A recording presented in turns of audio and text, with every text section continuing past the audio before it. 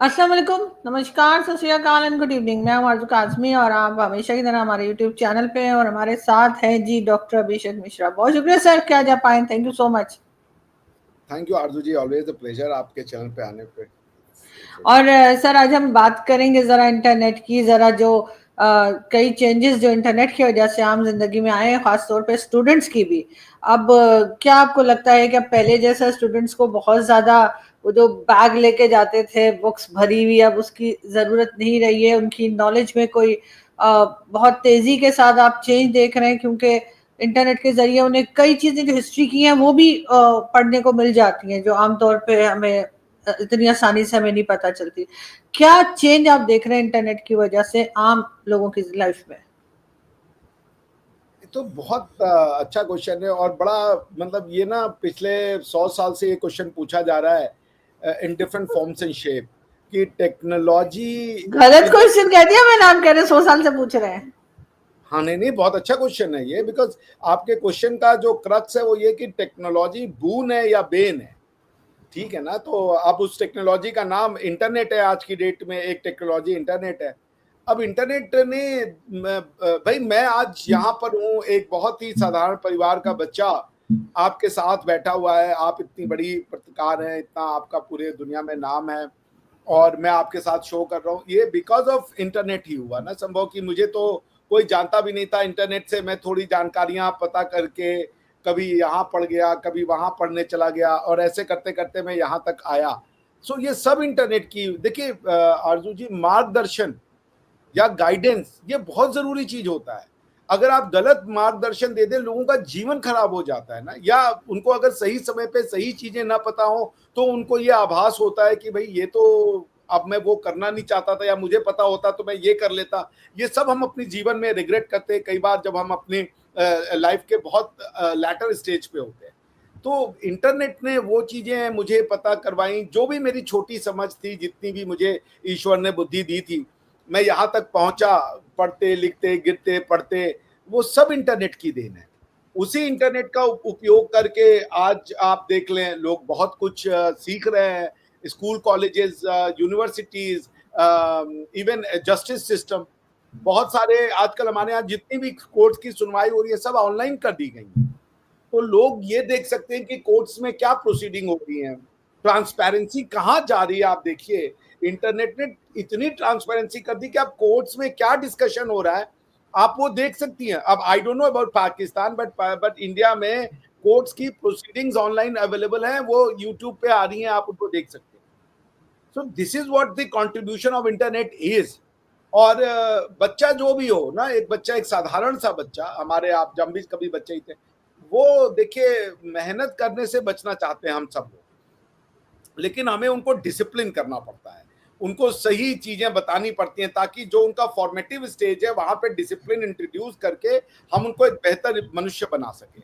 आप इंटरनेट आज की डेट में एआई जो है, मैं देख रहा हूं कि वो एक बहुत जबरदस्त फीचर है, मगर उसके उसके कई दुष्परिणाम आ रहे हैं।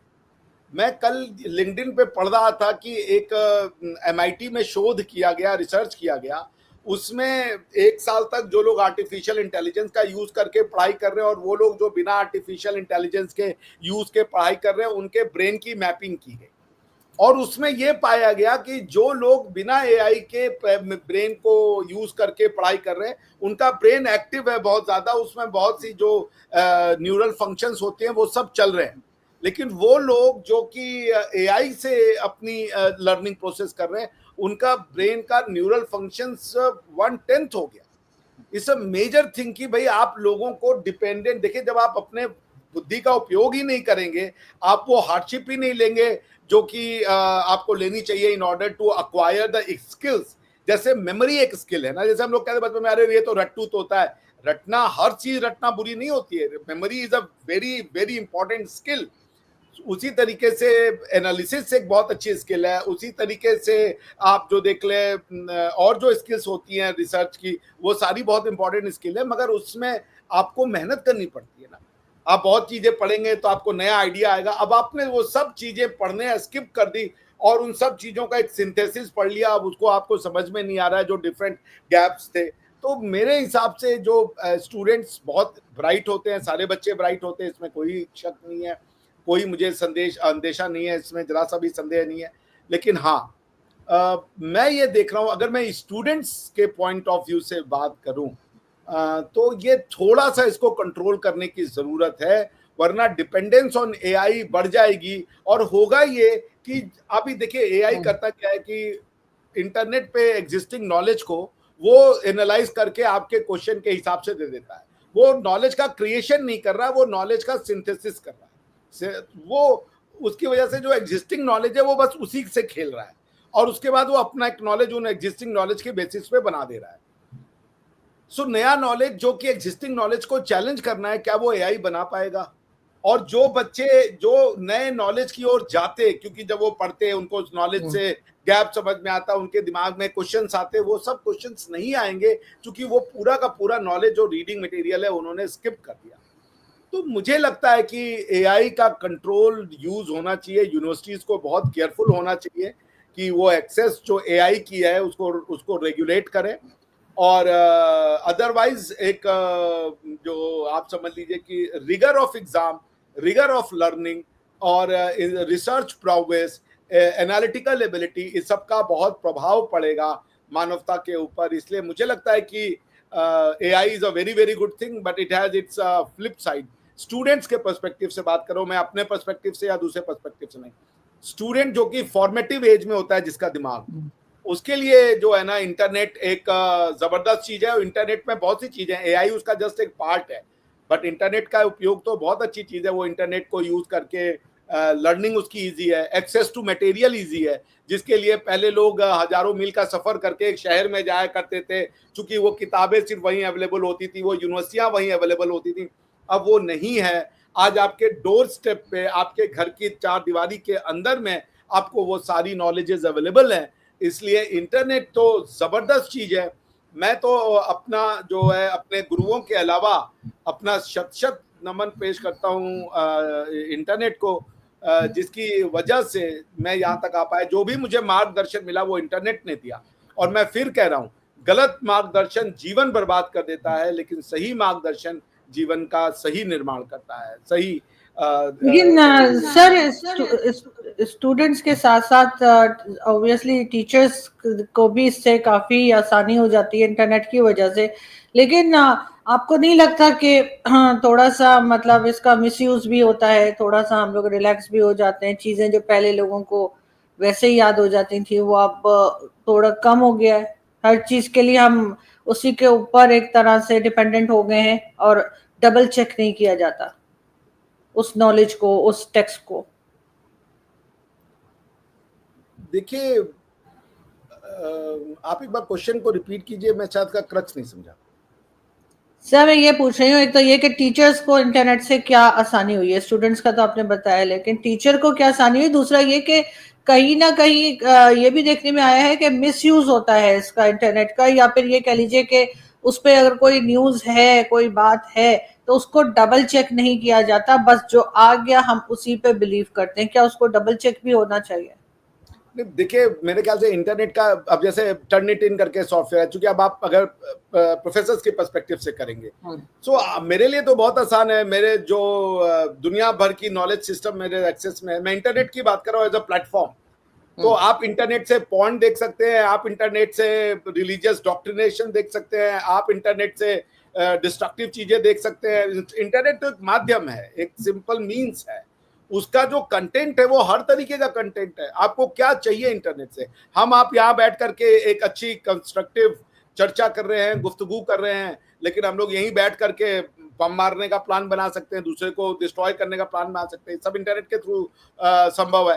तो जहां तक प्रोफेसर्स की बात है, उसमें भी मैं एज अ प्रोफेसर बहुत कुछ वो बेनिफिट उसका रीप करता हूँ।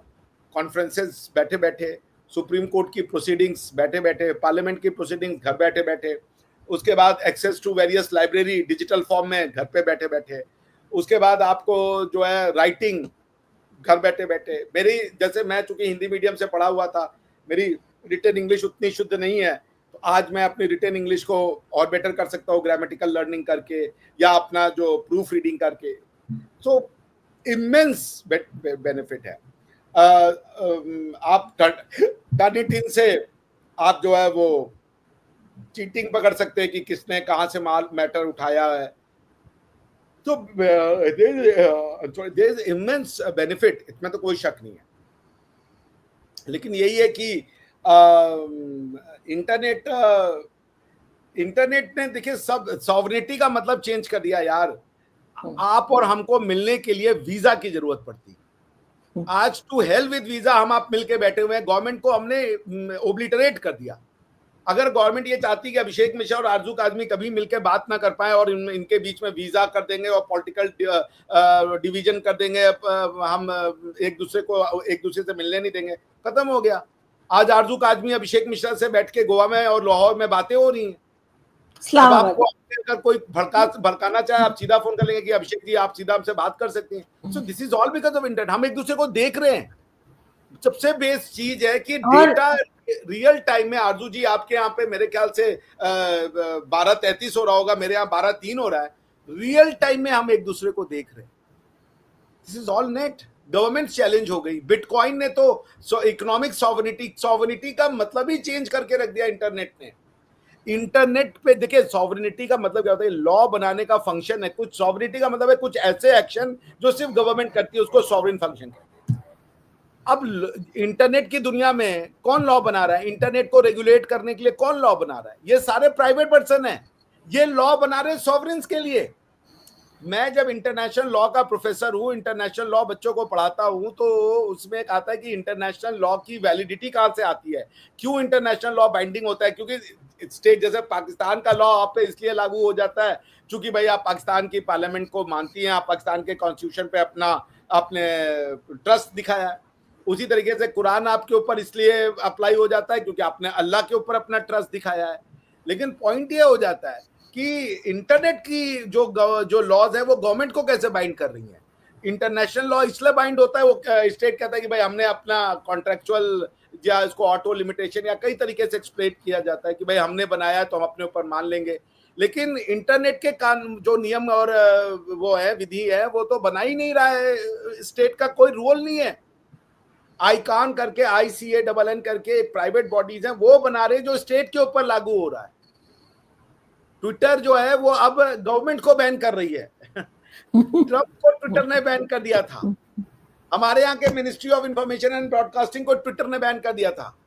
गवर्नमेंट का minister of information and broadcasting का काम था दुनिया को बैन करना, ट्विटर ने इनको ही बैन कर दिया। So internet has revolutionized the way we have seen the world. Political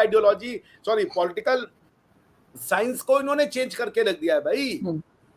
आप समझ रही हैं? अगर आपको मान लीजिए भारत से दूर करना था कि भारत के बारे में आप जान ना पाए, आज तो आप भारत की क्लासेस बैठ के ऑनलाइन देख सकती हैं।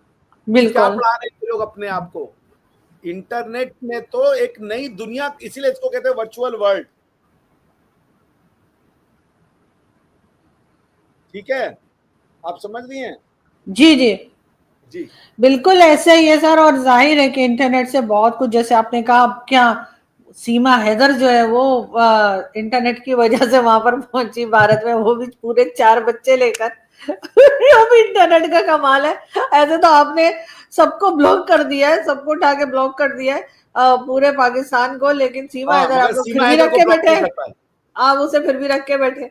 तो बहरहाल हम यही समझने की कोशिश कर रहे थे कि इंटरनेट जो है वो कितना इम्पोर्टेंट है। और आज के जमाने में तो कोई शायद ही कोई ऐसा होगा जो कहेगा कि इंटरनेट के बगैर रह सकता है। अगर आप मेरे सेंटेंस की डेप्थ को समझ पाए, ठीक है ना, इंटरनेट ही भगवान है, नया भगवान। बिल्कुल सही। बहुत शुक्रिया सर कि आपने आज ज्वाइन किया, और आई होप कि हम इस तरह की भी डिस्कशन कभी कर लिया करें जिसमें पॉलिटिक्स ना हो के कुछ एजुकेशन से रिलेटेड चीज हो, कुछ इंटरनेट की बात हो, ताकि हमारे कई लोग जो हैं वो ये भी सुनना चाहते हैं, ये भी समझना चाहते हैं, लेकिन ये कि अक्सर पॉलिटिक्स में ही फंसे रहते हैं। बहुत जल्द फिर मुलाकात होगी, तब तक के लिए थैंक यू।